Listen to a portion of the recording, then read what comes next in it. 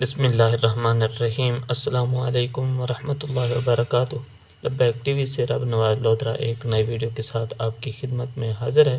الحمدللہ میں خیریت سے ہوں اور امید کرتا ہوں تمام دوست جہاں بھی ہوں گے بخیر و عافیت ہوں گے۔ اگر آپ ہمارے چینل پر نئے ہیں تو ہمارے چینل کو سبسکرائب کر لیں تاکہ ہماری ہر نئی آنے والی ویڈیو آپ تک پہنچ سکے۔ آج کی ہماری ویڈیو تحریک لبیک پاکستان کے مرکزی امیر حافظ سعد حسین رضوی صاحب کے ایک بیان کی ہے۔ یہ بیان انہوں نے لبیک یا اقصی مارچ میں کل فرمایا تھا اور کافی جذباتی خطاب ہے، جس میں انہوں نے قبلہ اول کی حفاظت کے بارے میں مسلمانوں کی جذباتی وابستگی کا اظہار فرمایا ہے اور اعلان جہاد بھی فرمایا ہے۔ تو آئیے ویڈیو دیکھتے ہیں۔ امید ہے کہ ویڈیو آپ کو پسند آئے گی۔ اگر ویڈیو آپ کو پسند آئے تو کمنٹ سیکشن میں اپنی رائے کا اظہار ضرور فرمائیں اور لائک کا بٹن ضرور دبائیں۔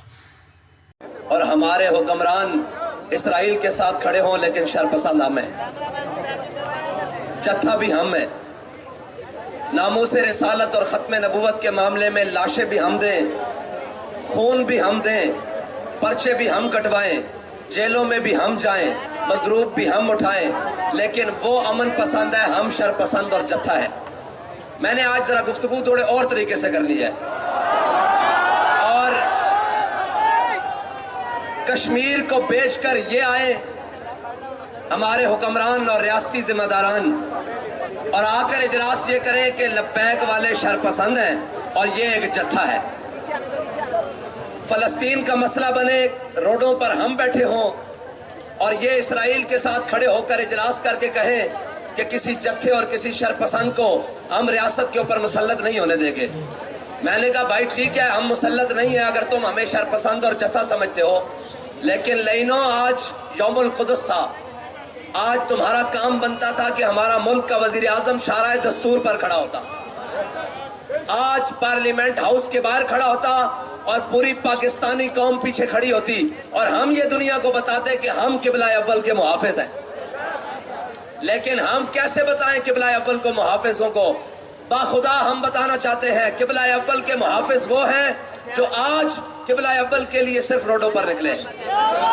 پاکستان کے اندر صرف وہ قبلہ اول کے محافظ ہیں جو آج روڈوں کے اوپر نکلے ہیں اور جو یہ کہہ رہے ہیں کہ جناب ہم اسرائیل کے حقوق کو تسلیم کرتے ہیں۔ میں نے کہا لانتی، ہم تجھے تسلیم نہیں کرتے، اسرائیل کے حقوق کہاں سے آ گئے؟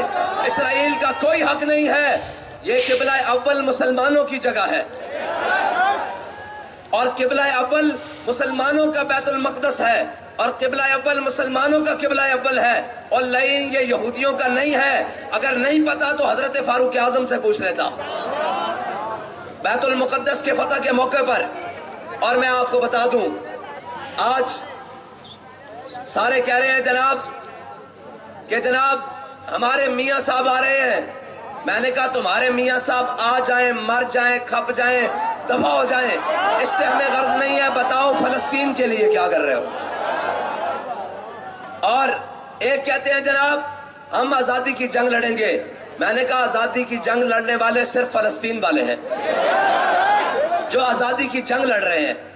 جب کبھی امت مسلمہ کی بات آئے تو تحریک لبیک امت مسلمہ کے موقف کے ساتھ کھڑی ہوتی ہے اور امت مسلمہ کے ساتھ کھڑی ہوتی ہے، لیکن یہ ہمارے امریکی دلال، یہ یورپی یونین کے غلام، یہ جناب نیٹو کے غلام اور نیٹو کے بوٹ پالشیے اور یہ چابی والے باندر،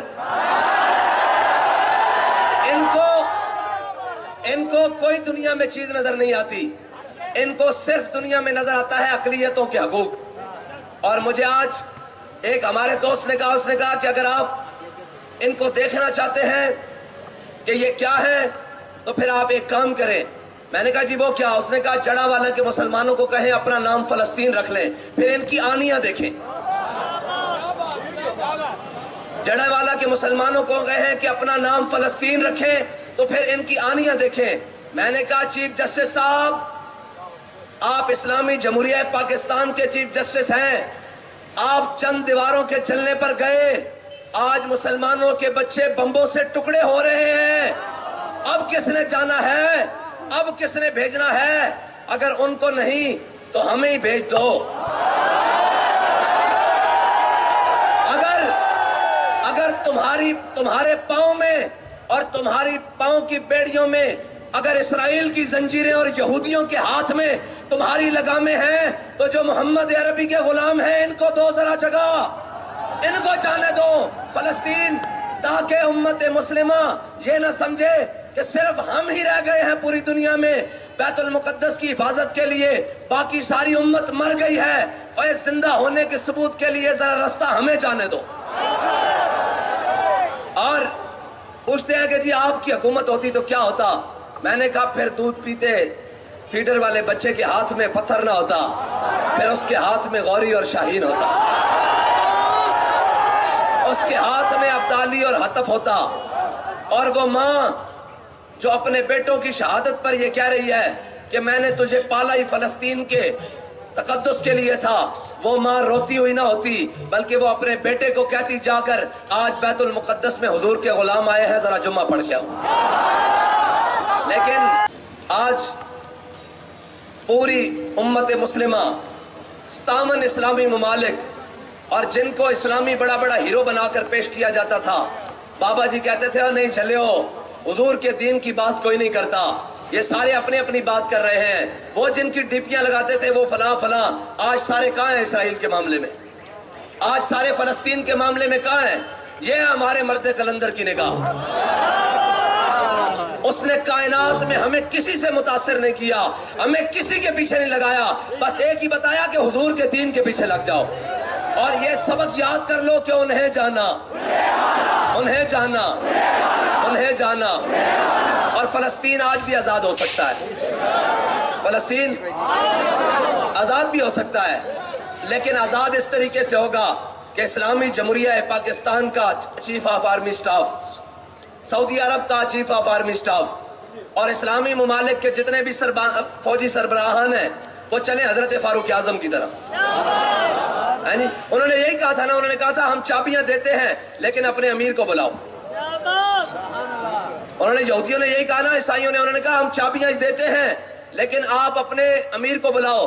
حضرت فاروق اعظم مدینے سے چل پڑے.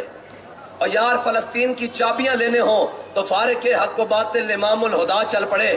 اور اگر فلسطین پر ظلم ہو رہا ہو تو مسلمان کا، اور میرے آقا نے فرمایا، یہ ذرا آپ سارے غور سے سنیں، میرے آقا نے فرمایا مومن جسد واحد کی طرح ہے. اگر کسی جسم کے حصے میں درد ہوگی تو پورا مومن تڑپ اٹھے گا. آج فلسطین میں مسلمانوں کے اوپر بنے تو باہر کون نکلتا ہے؟ برما کے مسلمانوں کے لیے باہر کون نکلتا ہے؟ کشمیر کے مسلمانوں کے لیے باہر کون نکلتا ہے؟ شام کے مسلمانوں کے لیے باہر کون نکلتا ہے؟ عراق کے مسلمانوں کے لیے باہر کون نکلتا ہے؟ چیچنیا کے مسلمانوں کے لیے باہر کون نکلتا ہے؟ بوسنیا کے مسلمانوں کے لیے باہر کون نکلتا ہے؟ افغانستان کے مسلمانوں کے لیے باہر کون نکلتا ہے؟ آج غزہ کے مسلمانوں کے لیے باہر کون کھڑا ہے؟ تو یار حضور کے فرمان کے مطابق ہمارے جسم کے کسی حصے میں درد ہو، ہمیں محسوس ہوتا ہے، حضور نے فرمایا مومن جسد واحد کی طرح ہے. تو جن کے کان پر جو بھی نہیں ریکتی وہ بھی مسلمان ہیں، وہ بھی مومن ہیں. مومن تو وہ ہیں جن کو آج درد ہے کہ ہمارے بھائیوں کے ساتھ کیا بن رہا ہے، ہمارے بھائیوں کے ساتھ کیا ہو رہا ہے، لیکن قوم کا حال دیکھیں جی، ہمارا نواز شریف آ رہا ہے.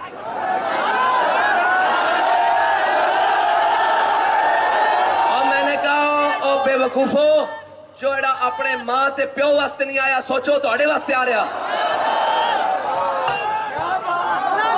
جڑا اپنے ماں تے پیو واسطے نہیں آیا وہ تہاڈے واسطے آ رہا.